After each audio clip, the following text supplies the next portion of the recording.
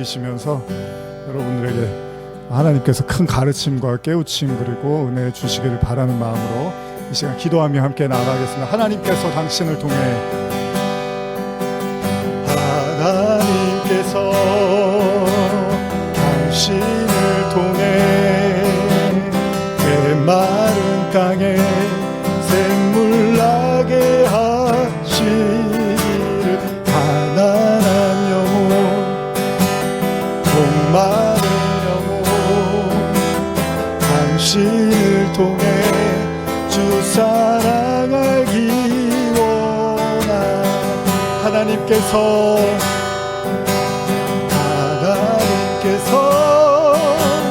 당신을 통해 마른 땅에 샘물 나게 하시기를 가난한 영혼 목마른 영혼 당신을 통해 주 사랑 알기 원하네.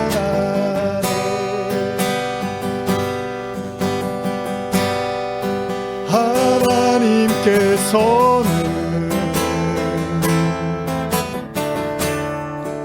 우리의 만남을 계획해 놓으셨네. 우린 하나 되어 어디든 가리라. 주 위에 서라면 무엇이든 하리라. 당신과 함께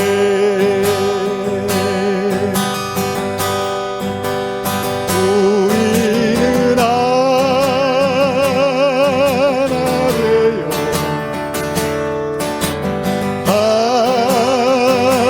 함께 걷네.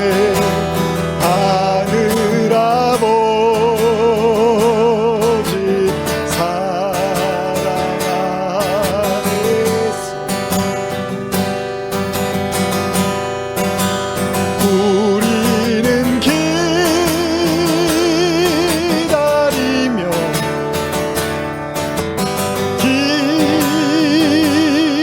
기도하네. 우리의 삶에 사랑 넘치도록. 자, 우리 이 시간에 함께 기도하며 벌써 올 한 해도 1월이 지나고 전능하신 거룩하신 하나님, 주님의 보좌, 주님의 임재, 주님의 나라가 되지 못하면 사단의 보좌, 사단의 처소, 사단의 위, 사단의 회중이라고 요한계시록의 말씀을 통하여 우리가 나누었습니다. 베드로가 하나님의 일을 생각하지 못하고 사람의 일을 생각하자 예수님은 베드로에게 사단아 물러가라고 말씀하셨습니다.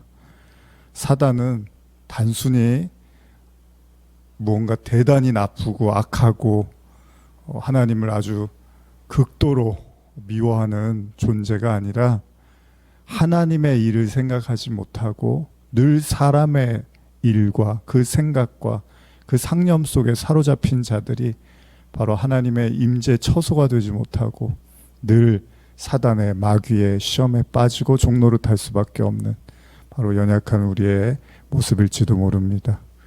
오늘 우리가 깨어 있어야 합니다. 주님이 언제 도적과 같이 임하신다고 말씀하신 것처럼 오늘 이 예배, 이 말씀을 듣는 가운데서 우리의 영혼이 더욱더 하나님을 바라보게 하시고 깨어나게 하시고 이 복음과 구원의 참된 의미가 우리의 영혼과 마음속에 정말 깊이 깨달아지고 믿어지고 생명으로 기쁨으로 자리 잡게 하여 주시옵소서. 함께하는 우리 귀한 성도님들 가운데 주님 축복하여 주시고 모든 출입을 지켜주시고 어디를 가든 하나님의 가장 좋은 길로 인도하여 주시옵소서. 예수님의 이름으로 기도합니다. 아멘. 자, 그러면 요한계시록 지난 시간에 우리가 읽다가 그냥 이렇게 끝나버렸는데요. 버가목 교회에 대한 말씀을 읽다가 사단의 권자 얘기하면서 마무리했는데, 계시록 2장 12절 13절 말씀을 같이 한번 읽고 다시 오늘 말씀을 좀 이어나가겠습니다. 7교회를 향한 말씀 세 번째 시간입니다. 자, 계시록 2장 12절 13절 함께 읽겠습니다. 버가모 교회의 사자에게 편지하라.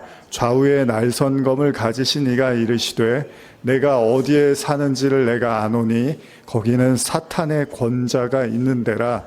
내가 내 이름을 굳게 잡아서 내 충성된 증인 안디바가 너희 가운데 곧 사탄이 있는 곳에서 죽임을 당할 때에도 나를 믿는 믿음을 저버리지 아니하였도다.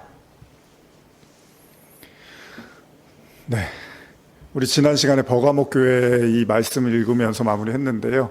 오늘 계속 이어서 이제 말씀을 이어나가고자 하는데, 사실 예전에 제가 5년 전만 해도 설교할 때 이런 표현들이 나오면 제가 더 당황을 했던 것 같아요. 아, 이런 얘기를 어떻게 하나. 예전에는 제가 한 2017년, 18년도에는 설교 여러분들과 이제 나누다가 예수님이 독사의 자식들아, 너희 아비는 마귀다, 막 이런 얘기할 때 제가 되게 긴장하고, 참 받아들이기 성도들이 힘드시지 않을까 이런 생각을 했는데, 이제는 너무 저도 이제 자연스럽게 그 말씀들 저도 잘 받아들이고 있고, 또 여러분들에게도 너무 자주 또 강조해서 말씀을 드려다 보니까 이제 아마 여러분들도 이런 표현들이 어떻게 이런 유대인들, 자칭 유대인들이라고 하는 그들이 사단의 회당이라고 하지, 막 이런 이제 여러분들이 당황은 하지 않는 것 같아요. 근데 오늘 이제 이 계시록 2장의 이 버가목 교회에서도 또 한 번 예수님께서 이 사단의 권자라는 표현을 하는데, 사단의 처소, 임재, 다 같은 얘기입니다. 보좌, 이렇게 이제 하면서 너희들이 어디 사는지를 아는데 거기는 사단의 권자가 있다라고 이야기를 해요. 근데 이제 이 얘기가 버가목 교회가 다른 지역도 그렇지만 우상숭배가 심했습니다. 그러다 보니까 그 우상숭배의 영향을 받은 사람들이 많이 있었고, 그 사람들이 교회 안에서도 사실은 알게 모르게 영향력을 행사를 했어요.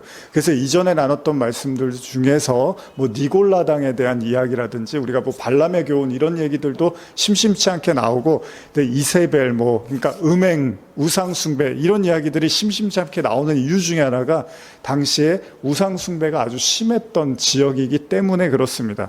그런 의미에서 사단의 권자, 사단의 보좌다, 사단의 위다 이렇게도 표현을 할 수 있는데, 일단은 제가 여러분들에게 예전에도 나누었지만은 처음 이런 표현을 썼던 것을 보면 계시록 2장 9절에서 서머나 교인들을 박해하는 사람들에 대해서 주님은 뭐라고 하죠? 자칭 그들이 유대인이라고 하지만 실상은 사단의 회당, 사단의 무리, 시나고그라고 하죠. 그러니까 사단의 어떻게 보면 회당이라는 표현을 쓰는 거예요. 여러분, 사단의 회당은 뭐예요? 오늘날로 말하면 무슨 악마 숭배하는 사람들 있잖아요. 그 정도로 됐을 때 우리가 사탄의 숭배자다, 사단의 회당이라고 표현을 하잖아요. 근데 지금 예수님은 자칭 유대인이라고 하는 그들이 바로 사단의 숭배자, 사단의 회당이야, 사단의 모임이야, 이렇게 이야기를 하고 있다는 거죠. 그래서 계시록 2장 9절에 내 환난과 궁핍을 알거니와 실상은 내가 부요한 자리나 자칭 유대인이라는 자들의 비방도 알거니와 실상은 유대인이 아니요 사탄의 회당이다, 이런 표현이 나와요. 사실 이게 처음 어떻게 보면 이제 그냥 크게 어떻게 보면 성경을 그냥 깊이 보지 않은 사람들이 봤을 때는 상당히 당황스러운 얘기입니다. 왜냐하면 구약까지도 성경은 유대인들에 대한 얘기가 주류를 이루었는데 갑자기 계시록에서 그런 유대인들에 대해서 사단에 대한 표현을 쓰고, 물론 예수님도 사용을 하셨어요. 세례 요한도 그렇고. 근데 이런 표현들이 이제 직접적으로 우리가 대하다 보면 굉장히 좀 당황스럽기도 한다는 거죠. 근데 제가 이제 지난 시간에 다 다루지는 못했는데 이 니골라당에 대한 이야기를 좀 하면서 여러분들에게 이 사단의, 그러니까 사단적인 것, 이런 하나님의 대적자에 대한 개념을 조금 더 나눌 필요가 있을 것 같아요. 그래서 계시록 2장 6절에 보면 오직 내게 이것이 있으니 내가 니골라당의 행위를 미워하는도다, 나도 이것을 미워한다라는 표현이 나오는데, 이 니골라당에 대한 이야기를 간략하게 제가 말씀드리면 이제 가장 문제시되는 게 성경에서 봤을 때도 그렇고 그들이 어떤 영적인 구원만을 강조하다 보니까 나머지 육체의 행동에 대해서는 악으로 본 거예요. 그래도 그렇게 하다 보니까 육신적인 죄악에 대해서는 크게 문제를 삼지 않고 소위 이제 방탕하고 타락하는 어떤 모습을 보이고 그냥 영이 구원받은 상태에서 육의 행동은 상관없다. 이런 생각을 했던 거죠.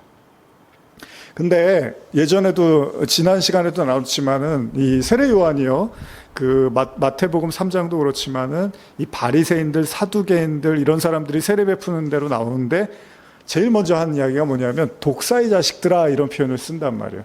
그러면서 누가 너희를 가르쳐 임박한 진노를 피하라 하더냐 이런 말이 나와요. 그러니까 무슨 말이냐면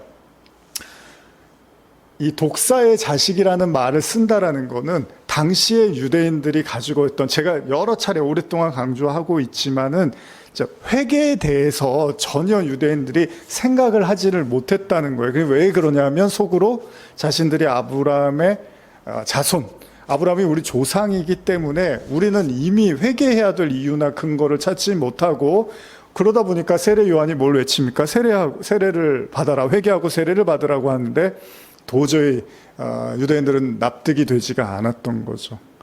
그러다 보니까 이제 독사의 자식이라는 말을 하는 거죠. 뱀의 자녀. 이게 이제 단순한 욕이 아니란 말이죠. 독사, 성경에서 말하는 뱀은 그런 차원이 아니잖아요. 그래서 자신들은 진노를 피할 수 있다는 생각을 했고, 두 번째는 속으로 아브라함의 자손이라고 생각을 했다는 거예요. 그들은 하나님의 심판에 대해서 아무런 걱정이 없었고, 그들은 하나님의 선택을 받았다고 생각했고 구원이 임했다고 생각했어요. 자, 우리는 주님께서 왜 이런 유대주의자들을 향해서 소위 독사의 자식이라는 표현도 썼고, 지금 이 계시록에 와서도 마치 이제 기독교인들을 박해하고 기독교인들을 못 살게 구는 사람들을 사단의 회당이라고 보지만, 당시에 대다수의 유대인들은 비슷한 생각을 했단 말이죠. 그게 사도행전에 계속 나오고 있단 말이에요. 그러니까 여러분들이 이제 제가 설교를 잘하려면 얼마나 이걸 여러분들한테 이제 와닿게 하느냐의 문제라는 거예요. 그러니까 그래, 뭐 그때 그랬나 보지, 뭐 그게 지금 나하고 무슨 상관이야, 오늘 나하고 무슨 상관이야, 이렇게 들리면 안 되는 거잖아요. 제가 이제 여러분들에게 근데 이게 지금 나하고 무슨 관계가 있는 거지? 이걸 이제 피부로 와닿게 말씀을 나누는 게 이제 제가 해야 될 역할인 거죠. 다시 한번 제가 말씀드리지만은 유대인들은요, 이 구원에 대한 믿음도 어떻게 보면 개개인이 하나님과의 관계를 통해서 이렇게 맺어지는 게 아니라 스스로의 이제 신념으로 착각하는 구원을 가지고 있었다는 거예요. 그래서 물론 그들이 이스라엘에서 태어난 이스라엘 사람이었으니까, 이스라엘 백성이었으니까 여호와 신앙이 있었고 당연히 자신들이 하나님의 백성이라고 믿었기 때문에 구원을 생각할 수는 있습니다. 그리고 그런데 문제는 뭐냐면 구약의 많은 선지자들을 하나님이 계속 보냈단 말이에요. 근데 이스라엘 백성들이 반응을 하지를 않았다는 거예요. 그러니까 이게 제가 나중에 사도 바울 이야기할 때도 바울이 회심하는 과정에서 이제 그런 표현을 썼잖아요. 바울이 회심하는 과정에서 자기가 예수를 핍박하는 걸 전혀 생각해 보지를 않았는데 하나님을 대적하는 자의 모습이 되었다는 것에서 바울이 상당한 충격을 받았는데, 보세요. 신앙도 오늘날 여러분들 지금 제 설교를 들으실 때 단지 그냥 계시록 설교를 하나 보다가 아니라 이거는 여러분들이 피부로 느끼시고 오늘날을 여러분들이 신앙과 교회를 바라보셔야 되는 거예요. 우리 자신도 마찬가지지만. 자, 그러면 이 사람들이 하나님과의 그런 말씀, 계속 선지자를 보냈는데 선지자를 박해하고 죽이고, 뭐 예수님도 마찬가지지만 또 사도 바울도 이제 사도행전에서도 마찬가지지만 계속 하나님의 어떤 메시지를 던져주면 계속 거부를 합니다. 받아들일 마음이 없고 받아들일 필요성을 못 느낀단 말이죠. 그런데도 불구하고 어떻게 하죠? 하나님은 죄가 있다, 잘못했다, 말을 듣지 않는다, 그건 나의 뜻이 아니다, 계속 선지자를 통해서 경고를 하는데 유대인들은 아무 감흥이 없는 거예요. 그 말을 하는 사람이 잘못된 거지 하나님이 정말 그런 말씀을 하시는 걸까? 왜 내 잘못을 지적하는 거지? 내가 뭐가 문제지? 이런 생각을 하지 않았고 그 마음속에 깊은 곳에 뭐가 있었던 거죠? 나는 선민이야, 나는 구원받았어, 난 아무 문제가 없단 말이야, 이렇게 생각을 했다는 거예요. 그래서 세례 요한, 예수님도 이제 독사의 자식이라는 언급, 굉장히 과격한 표현이잖아요, 여러분. 독사의 자식이라는 말이 어떻게 할 수 있는 얘기입니까? 근데 아주 과감 없이 예수님이 그냥 마귀의 자식이다 이렇게 말을 한 거예요. 그런데도 어땠죠? 유대인들이 스스로의 신앙에 대해서 생각해 볼 여지들이 없었다는 거예요. 그러니까 지금 계시록에서 사단의 권자, 뭐 사단의 회당 이런 표현을 써도 그러니까 유대인들은 그런 것들에 대해서 당시 이제 유대인들에 대해서 별로 그것들에 대해서 둔감해 있다라는 거죠.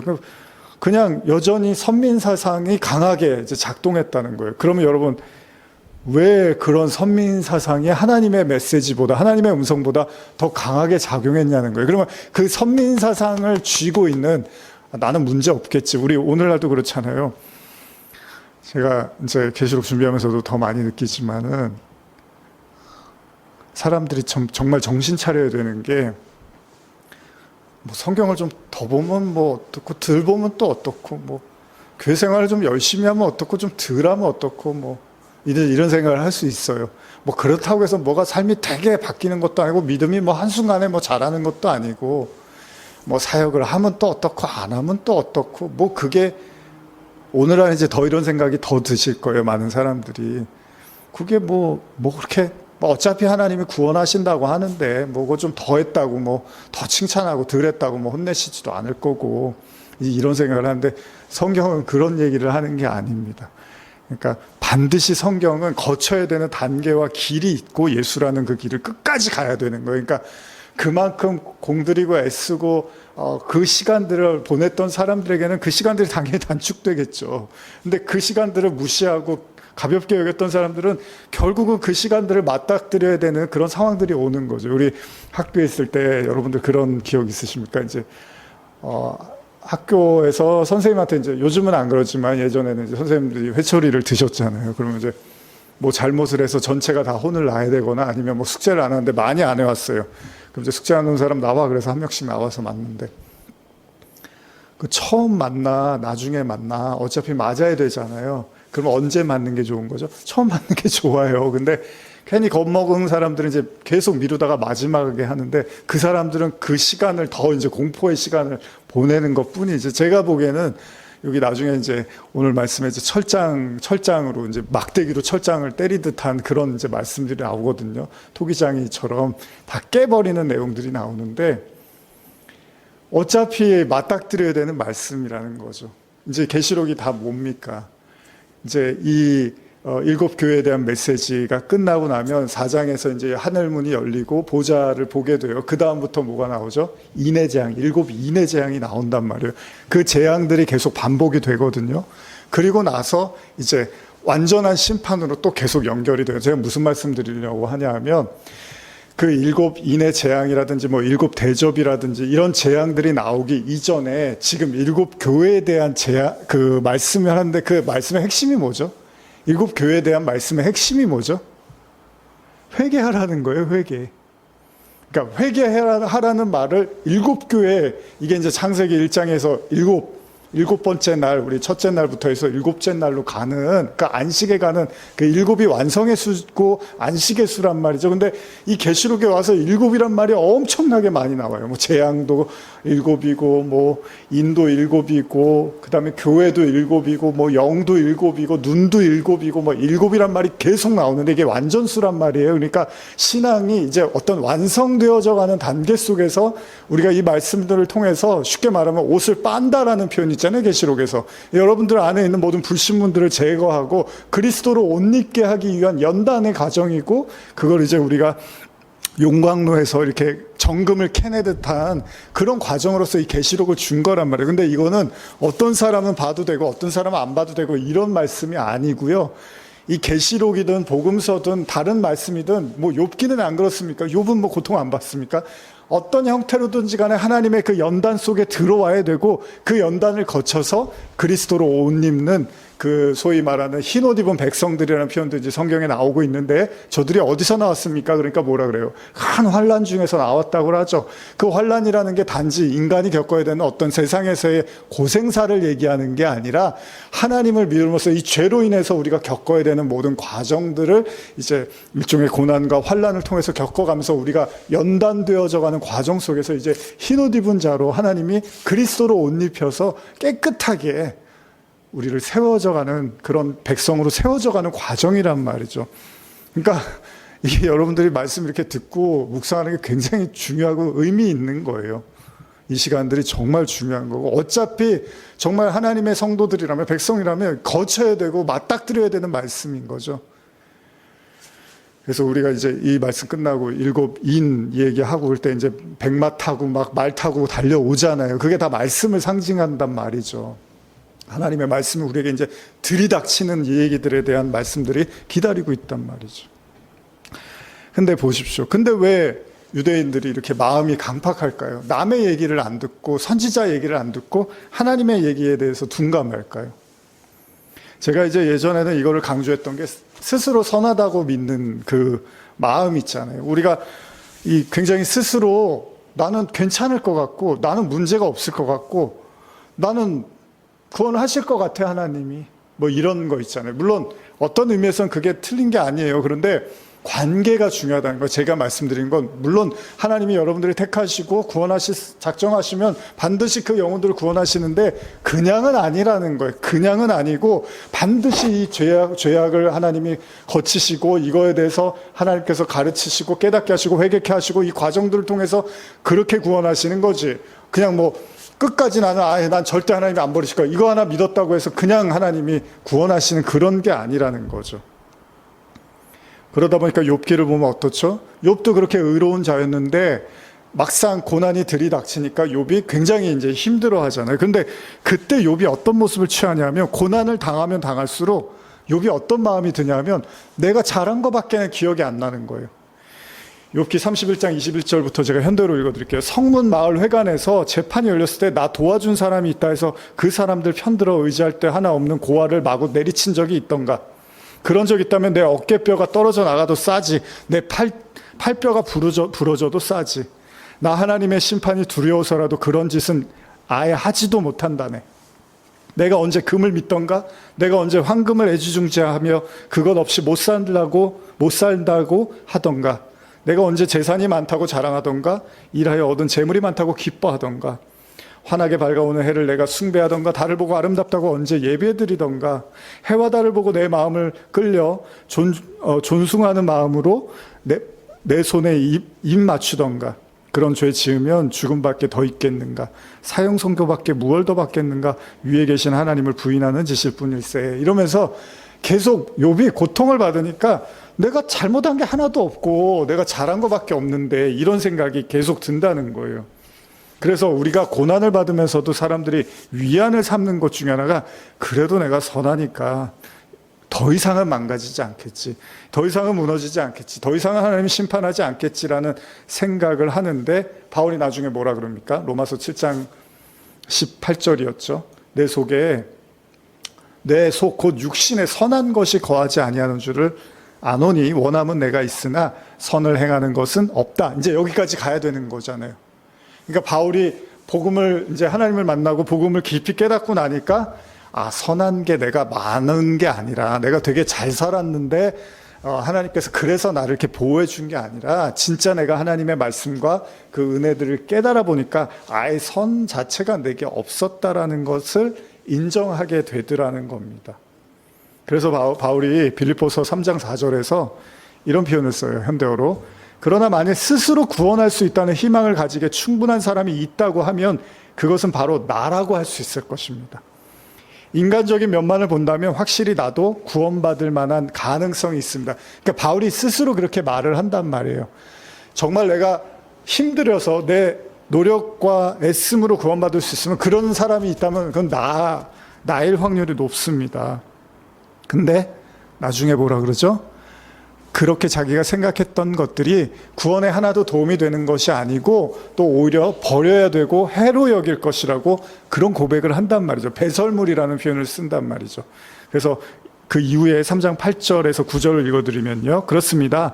나의 주님 그리스도 예수를 알게 된 것이 너무나 존귀해서 이것과 비교하면 다른 것은 무가치하게 여겨질 뿐입니다. 나는 그리스도 외에는 다 쓰레기처럼 여기고 모두 내버렸습니다. 그리스도를 얻기 위해서 그렇게 한 것입니다. 이제 이런 말을 하는 거예요. 근데 여러분들이 이런 얘기들이 설교 때 너무 많이 나오니까 아니 뭐 당연한 얘기지라고 하는데 이제 여러분들 자신한테 적용해야 되는 문제라는 거예요. 여러분들은 그러고 있습니까? 그러니까 내가 그리스도를 얻기 위해서 다른 것들을 해로 여기고 무가치하게 여겨지는 이 과정들 있잖아요. 그 롯의 아내가 그 창세기에서 보면은 소돔과 고모라가 막 불탈 때 뒤돌아보지 말라고 하는데 롯의 처가 이렇게 뒤를 돌아보잖아요. 그래서 소금 기둥으로 이렇게 변하는 이야기들 나오잖아요. 왜 그렇죠? 뒤돌아보지 말라고 했는데 들어오지 않았어요. 안중에. 왜냐하면 거기 소돔과 고모라에 두고 온 무언가가 있었던 거고 거기에 더 마음이 끌렸던 거예요. 여러분, 유대인들이 하나님이 선지자를 보내고 계속 메시지를 던졌는데 그게 왜 안 들릴까요? 하나님이 어떤 말씀을 계속 하고 계시는데 유대인들이 전혀 들리지를 않아요. 왜요? 여러분들 필요하지 않으면 우리 지난주에 뭐 개똥, 뭐 강아지똥 얘기도 했지만 그게 나한테 필요하지 않으면 굳이 들리지도 않아요. 마트나 슈퍼 가서 물건이 엄청 많지만 여러분들 그거 일일이 하나씩 다 안 보잖아요. 여러분들한테 필요한 물건만 보잖아요. 옷도 그렇고요. 딱 필요한 것만 보게 되죠. 사람이 그런 거예요. 그럼 유대인들이 하나님의 메시지를 거부했다는 건 뭐죠? 하나님을 필요로 하지 않았다는 얘기죠. 그래서 광야에서 맨날 싸우는 게 뭐예요? 밥 안 줘요? 물 안 줘요? 왜 이렇게 우리 힘들게 해요? 그런 것 때문에 싸웠지. 왜 하나님의 의중이 뭘까? 하나님의 뜻이 뭘까? 우리를 애굽에서 꺼내셨는데 왜 광야에서 사막에서 우리가 이 생활을 해야 되는가? 이런 거에 대해서는 별로 관심을 갖지 못했다는 거예요. 오늘날 제가 말씀을 나눠보면서도 또 뭐 인터넷을 통해서도 말씀을 나누지만 그거 하나는 제가 느껴요. 이게 정말 관심이 있는 건지, 정말로 그 진리에 대해서 알고 싶고 관심이 있는 건지, 아니면 우리도 알게 모르게 그냥 이렇게 형식적인 어떤 그 매너리즘에 빠져 있는지 우리 자신도 돌아봐야 돼요. 그래서 에베소 교회에서 처음 사랑에 대한 말씀을 하신 게 그 처음 사랑이 최고의 사랑이고 더 엄밀히 말하면 정말로 하나님에 대한 그 관심과 집중적 사랑에 대한 표현일 수도 있단 말이죠. 그래서 여기 보시면은 9절에 보다 더 의로운 사람이 되려고 하거나 율법을 지켜서 구원을 얻으려는 생각을 집어치우고 오직 믿음으로 구원을 얻고 그리스도와 한 해가 되기 위해서 그렇게 한 것입니다. 하나님께서 우리를 하나님과 올바른 관계에 놓아주시는 것은 그리스도만을 의지하는 믿음을 가지고 있느냐 없느냐에 달려있기 때문입니다. 나중에는 여러분과 제가 신앙이 다 이렇게 좁혀지고 이제 하나로 몰입을 하게 되는 거죠. 그리스도만 이제 바라보는 믿음을 갖게 되는 거죠. 어떤 의미에서요, 앞서서 거론되었던 니골라당을 이야기할 때 이 영지주의와 이제 연관시켜서 이야기를 하기도 하는데, 인간 스스로의 힘과 깨달음, 여러분 영지주의라는 게 타 종교도 이제 그런 종교가 있잖아요. 스스로의 깨달음을 통해서 어떤 구원을 얻는 거. 근데 영지주의도 그런 믿음이 있거든요. 그러니까 누구나 깨달음을 통해서 구원을 얻을 수 있다라는 것이 영지주의의 하나의 가르침인데, 근데 제가 왜 이 이야기들 길게 여러분께 드렸냐 하면, 여러분 니골라당의 믿음이라든지 뭐 영은 선하고 육은 악하다 그래서 뭐 육체적으로는 함부로 이제 죄를 져도 된다고 생각하는, 그러나 스스로 죄에 대해서는 정말 생각할 필요도 없이 이미 구원받았다고 믿는, 그래서 어떤 하나님의 책망이나 회개의 촉구에도 끄떡없이 자신들이 의롭다고 믿으면서 그리스도인을 박해하는 유대인들의 모습과도 유사하잖아요, 여러분. 그러니까 다 이게 보면은 뭐 영주주의면 뭐 뭔가 또 신비로운 어떤 사고를 가졌나 보다. 저 유대인들은 뭐 율법에 빠졌나 보다. 뭐 니골라당은 어떤가 보다. 막 이런 얘기를 하잖아요. 근데 가만히 생각하면 다 뭐죠? 자기 마음을 믿는 거예요, 다. 자기 생각과 주관과 마음을 믿는 데서 비롯된 거예요. 그리고 그 죄가 너무너무 강팍해서 하나님이 비집고 들어가고 뚫고 들어가기가 너무나 철옹성 같다 그러죠. 그거를 이제 이스라엘 백성들이 가나안 땅 들어갈 때 여리고로 이제 저는 설명한다고 보는 거거든요. 그래서 가나안을 딱 버티고 있는 게 뭐예요? 여리고가 딱 버티고 있는 거죠. 근데 어떻게 7바퀴 돌고 뭐 나팔 부고 다 요한계시록에 나온 그런 메시지들이 그 심판에서 이제 여리고성을 무너뜨릴 때 나타나는 내용들이라는 거예요. 아무 말 하지 말라 그러고 돌기만 하다가 나중에 나팔 불고 소리 지르니까 확 무너져 내리는 거죠. 이게 인간의 이제 주관, 생각이 이렇게 이제 단단하다라는 거예요. 견고하다라는 거죠.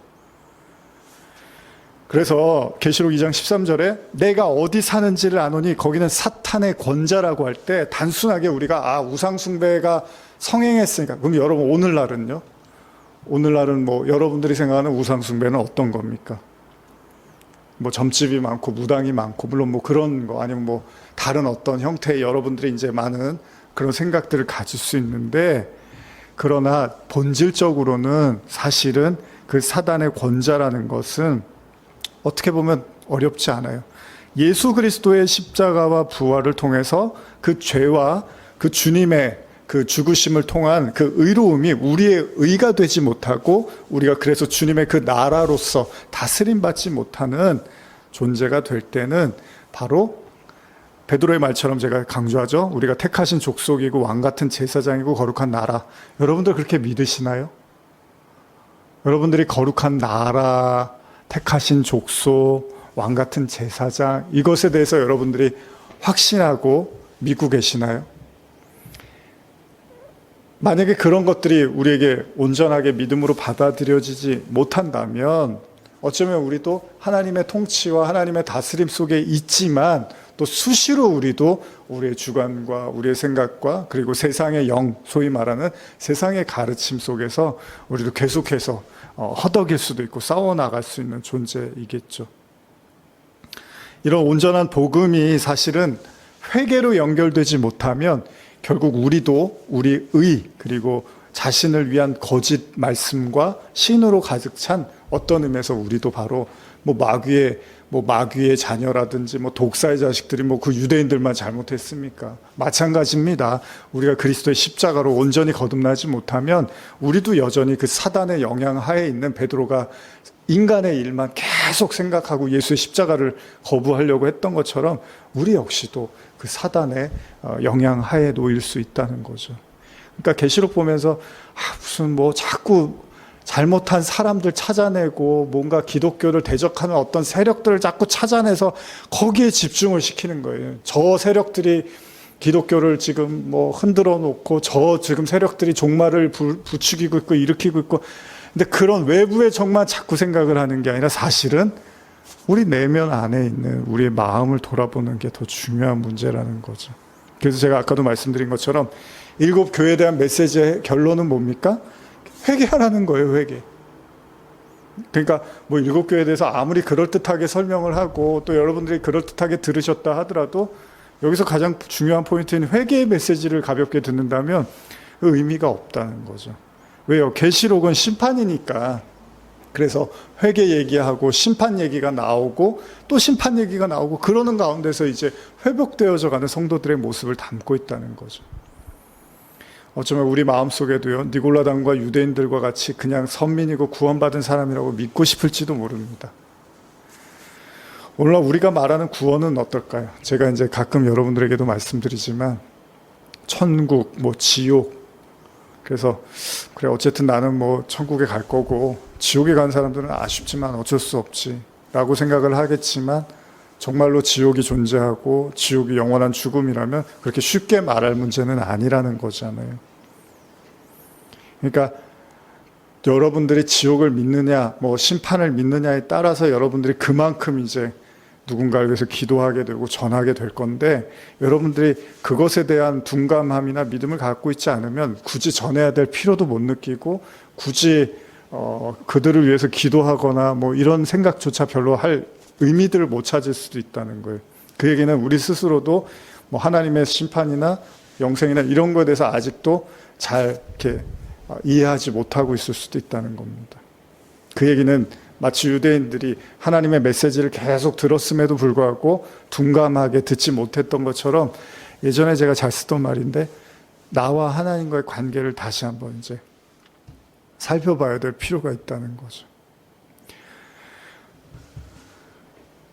그것이 바로 우리가 이제 회개한다는 거잖아요. 회개. 그래서 7 교회에 대한 메시지는 정확하게 당시 시대에 존재하고 있었던 교회들에 대한 하나님의 진단이었고, 정확하게 찝어서 얘기를 해줬어요. 이것이 잘못됐고 이것이 문제다.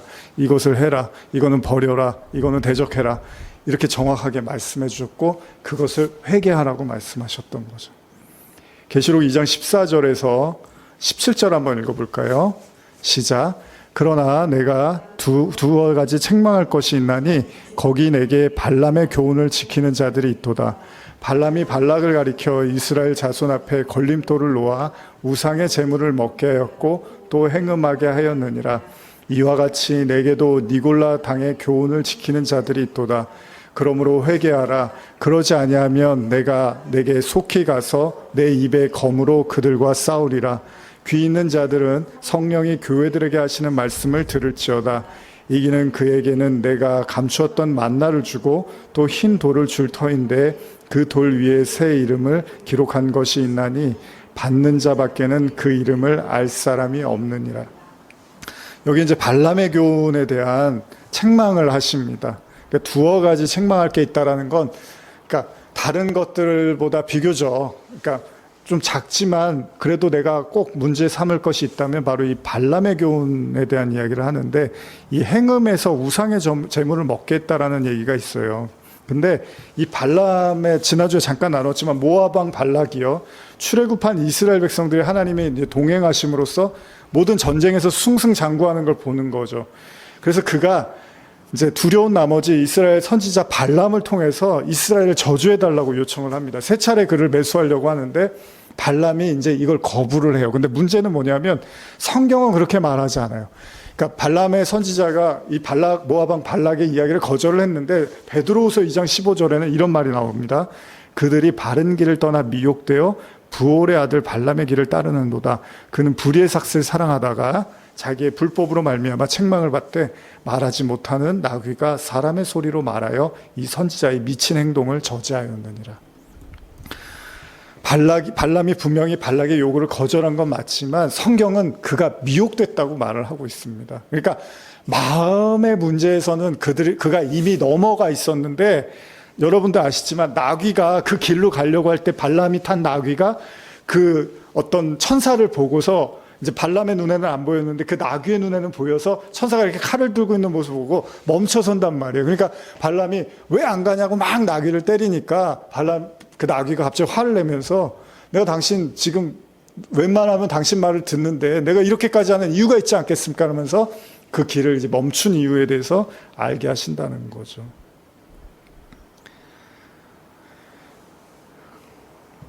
제가 이 부분에 대해서 이제 주석을 좀 읽어드릴게요. 본문은 버가목 교인들이 따랐던 발람의 교훈에 대한 설명이다. 발람의 교훈은 하나님의 백성으로 하여금 이방 사람들의 자폰을 하게 하고 우상 숭배하는 일을 타협하게 한 것으로 가리킨다. 발람은 발락의 청구대로 이스라엘 백성을 향해 정면으로 저주하지는 않았으나 모압 여인을 통해 이스라엘을 유혹하게 하여 음행케 함으로 이스라엘 백성 중 수만 명의 하나님의 징계를 받아 죽게 하였다. 여러분, 이게 이제 되게 중요한 겁니다.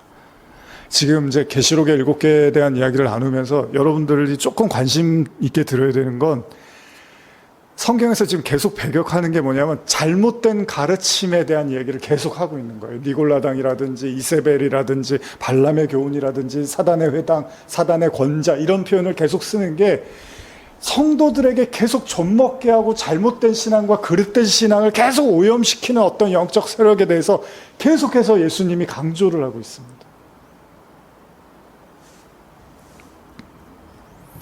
타협하지 않을 수밖에 없는, 그냥 그게 옳은가 보다, 그게 맞는가 보다, 이 진리는 좀 과하지 않는가, 이거 말씀을 어떻게 이렇게 다 따라, 그건 좀 아니겠지라고 여러분과 저도 이렇게 알게 모르게 젖어 있는 이 세상의 어떤 사고, 세상의 영이라고도 표현하는데, 그런 것들에 대한 가르침, 그거는 어떻게 보면 눈으로 확 보여지는 게 아니란 말이에요. 지금 발람의 교훈도 이게 눈으로 확 드러나는 게 아니라 우상의 재물을 먹게 하고 음행하게 하고 뭐 이방적 어떤 요소들을 계속 들어오는 거죠. 그래서 여러분들이 열왕기상에서 그 엘리야, 선지자 엘리야가 당시에 그 바알 신의 그 선지자들하고 이렇게 싸우는, 갈멜산에서 싸우는 장면들이 나오잖아요.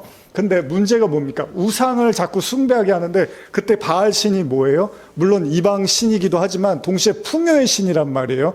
그러니까 풍요의 신을 계속 섬기게 했어요. 그래서 하나님을 다른 이름으로 바알이라고도 불렀단 말이에요. 그러니까 이게 무슨 말이냐면요, 제가 자주 예전에도 강조해서 말씀드리지만 예수님이 마태복음에서 이제 시험을 받으러 가잖아요. 예수님이 성령을 받으시고 이제 성령의 이끌림으로 마귀에게 시험을 받는데 마귀가 어떻게 예수님을 유혹합니까? 자꾸 자기한테 절을 하라 그래요. 그러면서 돌을 떡으로 만들고 또 높은 곳에서 뛰어내리라 그러고 또 마지막으로 나를 절하면 내가 세상 모든 부귀 영화를 줄게라고 하는데 이 문제가 예수님이 절을 했느냐 안 했느냐의 문제보다 더 중요한 건 이 마음의 문제를 계속 거르는 거예요. 여러분 사단이요. 우리를 유혹할 때 물론 드러나는 걸로도 유혹하지만 사실 교묘하게 우리의 마음을 가지고 유혹을 한단 말이죠. 그래서 계시록에서 이렇게 쉽게 보면 사도행전을 떠올리면서 당시에 핍박이 많았고 박해가 많아서 교회가 힘들었구나 이렇게 볼 수 있는데 사실은 계시록은 아주 교묘한 인간의 마음에 대한 문제를 다루고 있다는 거예요. 그래서 보시면 18절에서 20절도 한번 읽어보시면 시작. 두아디라 교회의 사자에게 편지하라. 그 눈이 불꽃 같고 그 발이 빛난 주석과 같은 하나님의 아들이 이르시되 내가 내 사업과 사랑과 믿음과 섬김과 인내를 아노니 내 나중 행위가 처음 것보다 많도다.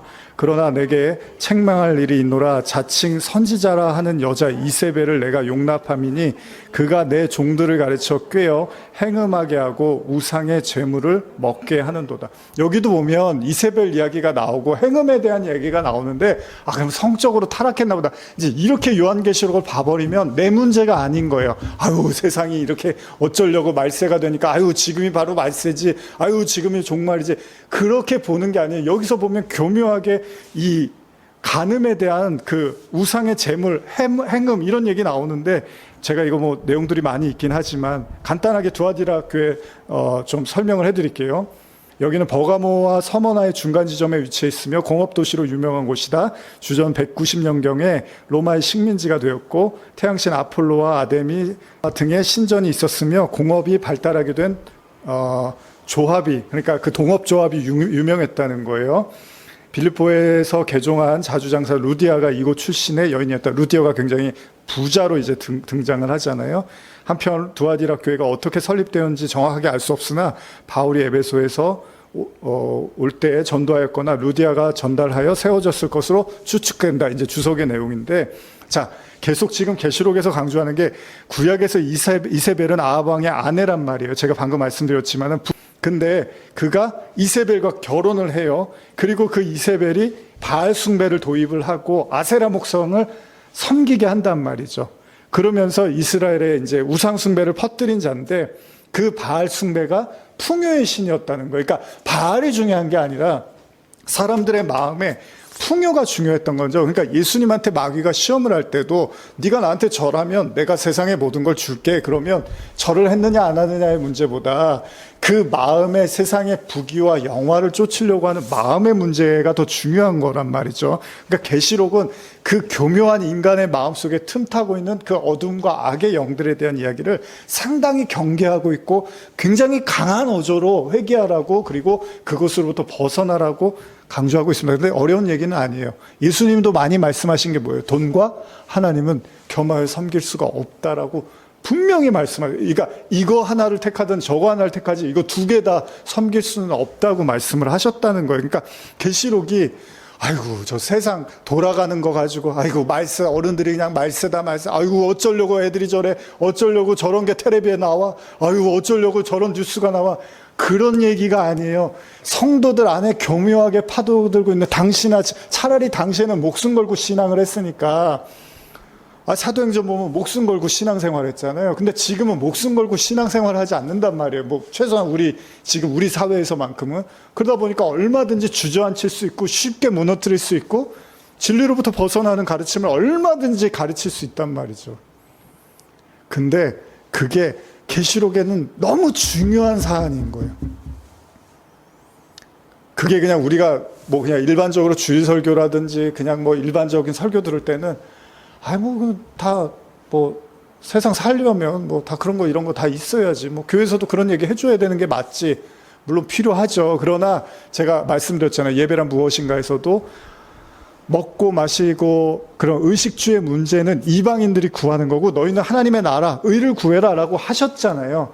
그러니까 계시록도 마찬가지예요. 복음이나 진리가 관심 갖고 주목해야 되고 따라야 될 길을 이야기하고 제시하지 못하고 자꾸 이방적인 거, 이방인들이 의식주에 관심이 있다며요. 그것 때문에 하나님을 구한다며요. 그래서 예수님도 시험 받을 때 마귀가 온 천하를 줄 테니까 나를 절하라고 한단 말이죠. 그러니까 이런 식으로 틈타 들어오는데 이런 것들이 교회 안에, 성도 안에 팽배해져 있으면 요새 신학교에 사람이 없고 교회에 사역자들이 없고 그런 이제 기사들을 우리가 많이 본단 말이에요. 근데 우리가 부인할 수 없는 게 물질적인 문제들이 거기에 전혀 무관하다고 말할 수는 없잖아요. 사역을 하면 너무 어렵게 살아야 되고 신학을 하고 하나님을 믿으면 뭔가 대가가 주어지지 않을 것 같고 고생만 직사게 할 것 같고 그리고 사역하려면 생활이 유지가 될 수 있나? 애를 키워야 되는데 요즘 같이 뭐 사교육비가 많이 드는데 그거 어떻게 해? 근데 이제 이런 게 이게 너무 자연스러워졌고 오히려 이제는 그런 생각을 하는 사람들이 더 이제 어떻게 보면 더 현실적인 사람이고 그런 사람으로 생각할 수도 있어요. 예수님이 하는 말씀들은 이제 귀신 신하라 꺼먹는 소리가 되는 거죠. 그래 말은 좋은데 현실은 그게 아니지. 예전에 교회 개척할 때 이제 가정에서 제가 시작했잖아요. 그런 생각을 했어요. 예배를 드리는데 돈이 필요할까?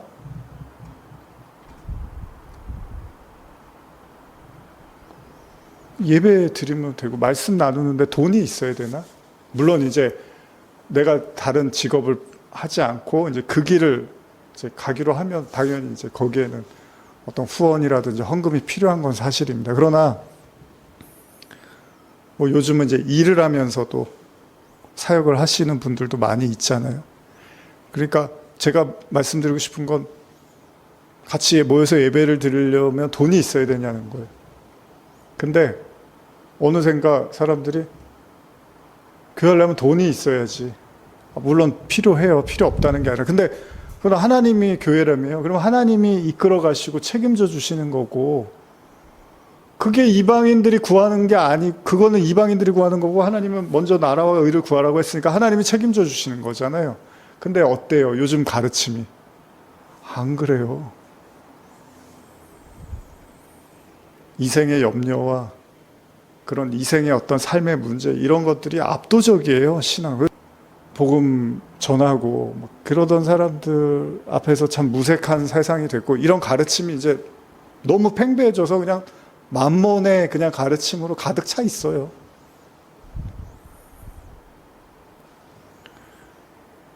그래서 여기 자꾸 그런 얘기가 나오는 거예요. 그 부유한 지역이었더라. 뭐 우상 숭배가 많았더라. 그러고 나서 그러니까 길드라 그러죠. 그러니까 그런 어떤 이제 돈으로 어떻게 보면 이제 지배받고 영향받을 수밖에 없는. 그래서 예수 믿는다는 얘기 해버리면 이제 왕따 당하고 사회생활을 할 수 없는 이제 이런 상황들이 계속 접하니까 이 사람들이 진지할 수밖에 없는 거죠.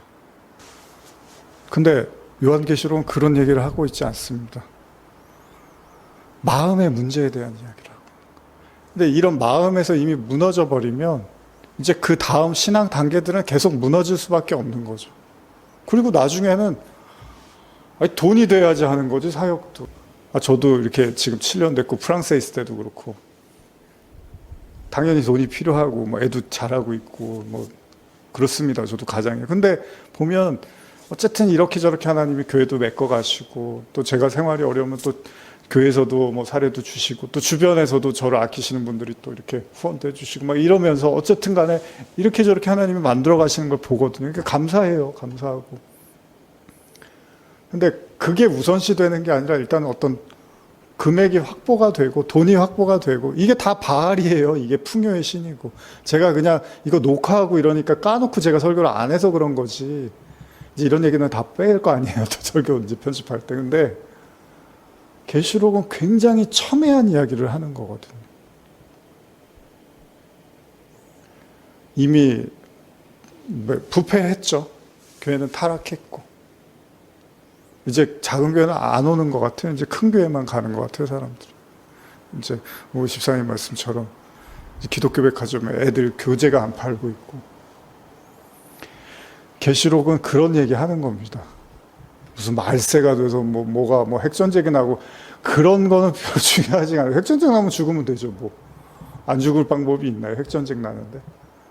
그게 아니라 교회가 계속 오염되고 부패해가는 이야기들에 대해서 계시록은 되게 진지하게 회개하라 그러고, 그걸 어디서부터 떨어졌는지를, 에베소 말씀처럼 어디서부터 이게 문제가 생겨갖고 이렇게 됐는지를 계속 찾아내고 민감하게 반응하라는 그런 얘기를 하는 거죠. 그러니까 지금 이세벨 얘기도 마태복음 5장 27절 예수님이 뭐라고요? 간음하지 말라는 걸 들었으나 뭐라 그래요? 나는 너희에게 이르노니 음욕을 품고 여자를 보는 자마다 이미 마음에 간음했다 그러잖아요. 그러니까 성경은 마음에, 신약은 더 그렇잖아요. 구약은 몰라도 신약에 와서는 예수님의 마음을 거론하잖아요. 마음으로 죄 짓는 것도 죄다라고 산상수훈에서 얼마나 많이 강조하셨습니까? 마음으로 살인한 것도 살인한 거야. 마음으로 미워한 것도 살이냐. 이런 마음의 문제를 담았어요. 그러니까 우상 제물 이런 것도 가서 절했고, 우상의 제물을 먹었고, 행음을 했고, 성적인 문제가 있고. 사실 계시록이 진짜 관심을 갖는 건 성도들의 마음이 계속해서 부패해져 가고 그런 것들을 용납하고 허용해가는 그 과정들, 그 타락하고 무너지는 과정들에 대해서 계시록은 계속 경고를 날리고 있는 거예요. 왜요? 구약에서도 안 들었잖아요. 아무리 얘기해도 안 들었잖아요. 그 계시록도 마찬가지 어려운 거예요. 아무리 성도들에게 하나님이 기도하고 믿음으로 나가면 하나님이 도와주신대. 그래도 어떻게 이거? 내 생각이 중요해. 내 마음이 중요한 거야. 내가 편해야지. 나는 싫어. 안 들어. 유대인들하고 똑같이 우리도 이 세상도 지금의 신앙도 자아가 중요한 거잖아요. 내가 중요한 거잖아요. 근데 그 내가 뭐예요?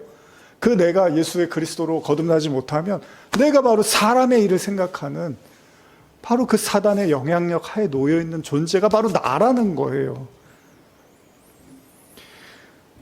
우리가 오늘 계시록을 나누면서 어떤 단어의 의미를 살피고 당시 시대적 상황을 보면서 마치 옛날 얘기나 아니면 앞으로 어떤 일어날 험악한 얘기 이런 식으로 생각할 문제가 아니라 사실은 지금 여러분들의 마음을 살펴야 된다는 겁니다. 지금 우리끼리 이렇게 말씀 나누면서도 우리는 아니고 이것도 우스운 거예요. 제 얘기고 여러분들의 얘기인 거예요. 거기에서 시작되는 거예요. 모든 거는. 그래서 바울이 뭐라 그럽니까? 할례를 마음에 하라 그러잖아요. 몸에다가 하는 게 할례가 아니라 바울이 명확히 로마서에도 말합니다. 할례 몸에다가 했다고 그걸 할례라고 하지 않아. 마음에 해야지 할례지. 그러니까 이미 신약에서는 마음의 문제가 더 중요하고 더 크다라고 이야기하고 있어요. 겉으로 아무리 5만 가지 거룩을 다 떨어대도 마음이 그렇지 못하면 예수님은 쳐다도 안 본다고 얘기를 하고 계시는 거예요. 회칠한 무덤이 그렇게 나오는 얘기잖아요. 결국 계시록의 모든 문제는 나와 하나님과의 관계에서의 내 마음의 문제고, 하나님의 말씀을 내가 어떻게 수용하고 받아들이고 깨지고 있느냐의 이 문제, 나를 찾지 못하면 성경은 아무 의미가 없는 거잖아요. 그래서 여러분과 저는 그래요. 예전에는 이런 말씀 나누면서 굉장히 부담스러워서, 말씀 들으시고 또 이렇게 힘드시고 시험 들면 어떡하시나. 너무 무거운데. 아마 계시록 설교하시는 분들이 그런 생각 많이 하는데 지금은 오히려 그렇지가 않아요. 여러분, 매도 빨리 맞는 게 낫다 그러잖아요. 매 맞은 애들, 아까 잠깐 그런 표현을 하죠. 이렇게 순서대로 매를 맞는데 제일 먼저 맞은 애는 아야! 하다가 나중에 어떻게 웃으면서 들어가요. 이제 난 끝났다는 거예요. 근데 다음 애들은 부러워요. 쟤 이제 맞았으니까 내 차례를 언제 오지? 그러면서 계속 벌벌벌벌 하고. 제가 분명히 말씀드립니다. 지금 여러분들이 이렇게 그래도 말씀 나누지만 언젠간 다 한 번쯤은 겪어야 되고 이 과정을 밟아야 되는 말씀이라는 거죠. 그래서 정말 매도 빨리 맞는 게 나은 거죠. 진짜 회개는 어디서 시작되는 거예요? 여러분 마음에서 시작되는 거잖아요. 계시록 2장 21절에서 23절 한번 읽어볼까요? 시작. 또 내가 그에게 회개할 기회를 주셨을 때 자기의 음행을 회개하고자 하지 아니하는도다. 볼지어다 내가 그를 침상에 던질 터이요 또 그와 더불어 간음하는 자들도 만일 그의 회개하지 아니하면 큰 환난 가운데 던지고, 또 내가 사망으로 그의 자녀를 죽이리니 모든 교회가 나는 사람의 뜻과 마음을 살피는 자인 줄 알지라. 내가 너희 각 사람 행위대로 갚아주니라. 여기 지금 성경에서 말하고 있죠. 나는 사람의 뜻과 마음을 살피는 자야. 그러니까 제가 지금 괜히 여러분들한테 막 이렇게 핏대 올려서 얘기한 게 아니라 지금 주님은 단지 교회의 어떤 행정이라든지 교회의 어떤 모습만 얘기한 게 아니라 그들이 갖고 있는 내면의 마음에 지금 포커스를 맞추고 있다는 겁니다. 그래도 이제 제가 지금 요 시계가 좀 늦게 가서 지금 원래 시간은 37분이더라고요. 그래서 이제 마무리를 해야 될 것 같은데 그래도 2장까지 하기로 해서 일단 본문을 읽고 다음 시에 하더라도 본문을 좀 읽었으면 좋겠습니다. 계시록 2장 24절에서 29절입니다. 시작. 두아디라에 남아있어 이 교훈을 받지 아니하고 소위 사단의 깊은 것을 알지 못하는 너희에게 말하노니 다른 짐으로 너희에게 지울 것은 없노라. 다만 너희에게 있는 것을 내가 올 때까지 굳게 잡으라. 이기는 자와 끝까지 내 일을 지키는 자는 그에게 만국을 다스리는 권세를 주리니 그가 철장을 가지고 그들을 다스려 질그릇 깨트리는 것 같이 하리라. 나도 내 아버지께 받은 것이 그러하니라. 내가 또 그에게 새벽벌을 주리라. 그의 있는 자는 성령이 교회들에게 하시는 말씀을 들을지어다.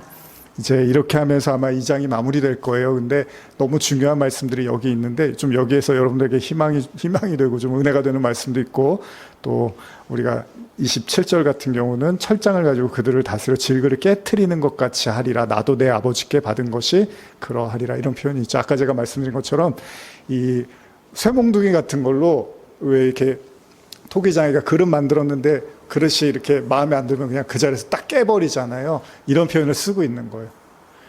그러니까 이게 나쁜 게 아닙니다, 여러분. 우리가 깨지는 게 사실은 나쁜 게 아니에요. 이렇게 깨지고 나서 그 속에 우리가 이제 다음 주에 잠깐 제가 나누겠지만 요거 이제 언급하고 3장으로 넘어가겠지만 보배를 담은 질그릇이라는 이제 바울이 표현을 하죠. 그래서 그 거룩한 하나님이 주신 그 보석과 같은 구원과 선물을 어디에다 주시죠?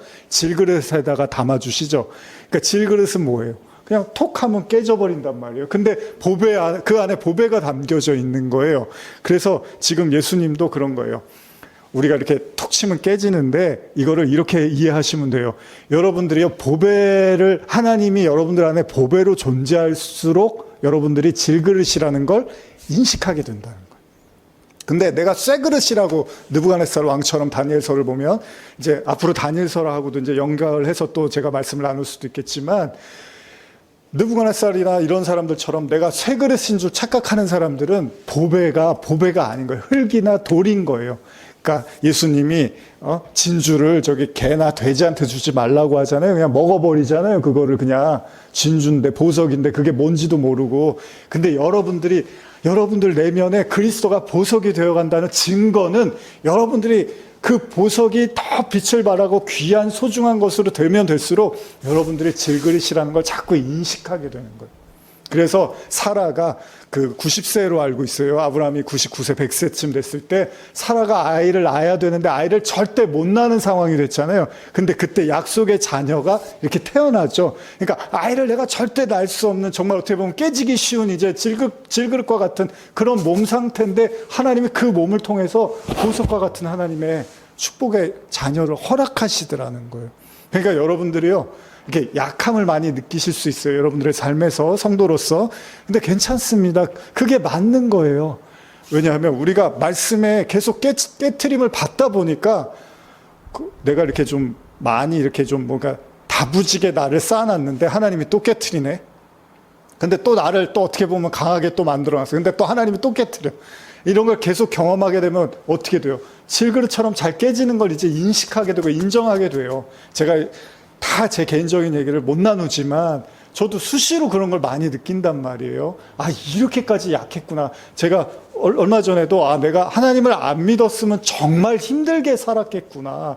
정말 괴롭게 살았을 수도 있겠구나. 정말 불안한 삶을 살았겠구나라는 걸 정말 뼈저리게 많이 느끼거든요. 그런 데서 제가 내가 하나님을 믿어서 참 이렇게 내가 살아갈 수 있다는 게 얼마나 감사하다라는 걸 수시로 제가 이제 고백하게 되거든요.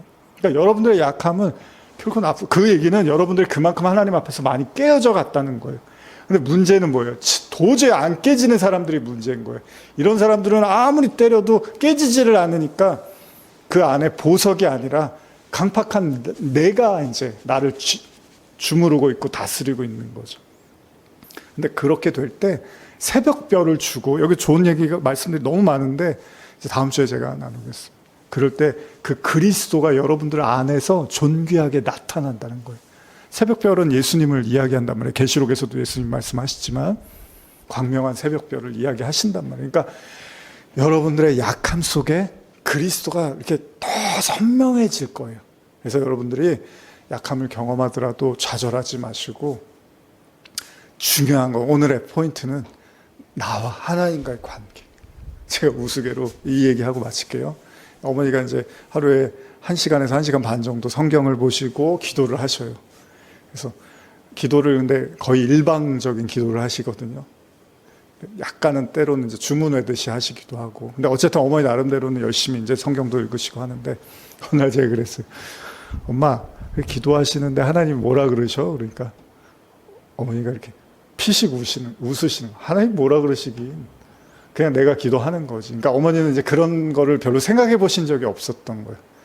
아니, 그것도 어떻게 이날 이때껏 한마디도 안 하셔, 하나님이? 그랬더니 한 번도 생각 안 해보셨으니까, 몰라? 나는 그런 거구나. 그래서, 아니, 엄마, 하나님 음성 듣는 법 뭐 이런 것도 있어? 뭐 그러면서 제가 막 영상도 보여주니까 어머니가, 아, 이런 게 있었구나. 그러면서 약간 이렇게 놀라시더라고요. 그래서, 엄마, 뭐, 하나님이 직접적으로 뭐라고는 안 하셔도 이렇게 기도하다 보면 어떤 드는 생각이나 마음들이 오기도 한다고. 그럼 우리가 그걸 하나님의 어떤 성령의 이끄심으로 또 때로는 이해도 하는데, 한번 요번에는 이제부터는 기도하시고 나서 한 10분 정도는 가만히 한번 하나님이 나한테 무엇을 말씀하시나, 나를 뭘 원하시나, 이런 생각을 한번 깊이 해봤으면 좋겠다고. 하여튼 그게 뭐 귀로 들리는 뭐 그런 거는 아니잖아요. 하나님 음성이라는 게. 물론 뭐 그런 사람도 있지만, 뭐 갑자기 뭐 그런 기적을 체험하기도 하지만, 근데 제가 어머니한테 그런 말씀 드리고 싶었던 거죠. 일방향적인 기도가 다가 아니라 하나님의 말씀을 듣고, 그러니까 말씀을 보는 것도 그냥 읽는 게 중요한 게 아니라 그걸 들어야 되잖아요. 내가 그 말씀을 내가 듣고 행하듯이, 하나님의 그런 기도도 내가 그냥 원하는 것만 계속 기도하는 게 아니라 그분이 나한테 뭘 원하는지를 내가 깨우쳐가는 게 중요하듯이, 오늘 여러분들도 다 아시는 얘기지만 또 이 설교를 듣는 분들도 나하고 하나님과 관계가 지금 잘 이렇게 흐르고 있는지. 제가 가끔 요새 이제 혈액순환이 좀 잘 안 돼서 뭐 지방 같은 거 먹으면 바로 이렇게 좀 막 피가 막히고 좀 아프기도 하고 그래요. 막 이제 스트레칭하고 그러는데, 이 대학 때 제가 그런 표현을 많이 썼던 것 같아요. 하나님과 나의 그 수도관처럼. 근데 이게 이제 막힌 지가 되게 오래돼서 이제 막 냄새도 나고 지금 물이 안 통하고 있는데, 그것도 모르고 그냥 신앙생활 하고 있는 건 아닌가, 우리 자신이 한번 또 생각했으면 좋겠고, 아, 그래. 나를 향한 하나님의 말씀, 나를 향한 하나님의 책망, 또 나를 향한 하나님의 사랑, 이런 것들이 여러분들 안에 깊이 자리 잡으셨으면 좋겠습니다. 그래서 진짜로 7교회에 대한 메시지가 바로 나에 대한 메시지였음을 인식하는 그런 은혜가 있길 바랍니다. 시간이 많이 가서 그냥 여기서 제가 기도하고 주기도문으로 마치겠습니다. 하나님 아버지 감사합니다.